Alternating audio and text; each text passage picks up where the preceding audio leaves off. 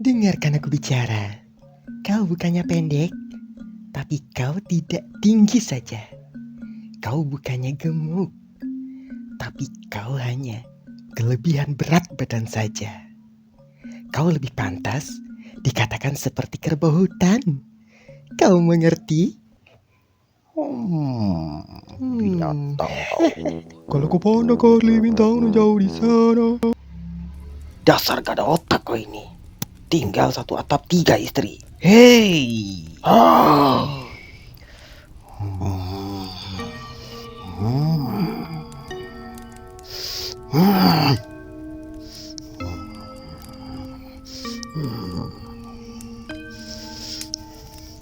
Yang pertama si Tukiam adalah kesayangan dan belahan hati. Dan satu lagi si Putri dan satu lagi si Desi. Dia pintar membigo life. Walaupun ketiak mereka bau asem. Saya akui badan saya lebih asem. Tapi saya sehat. Tidak seperti kau yang jomblo tahunan. Matilah kau.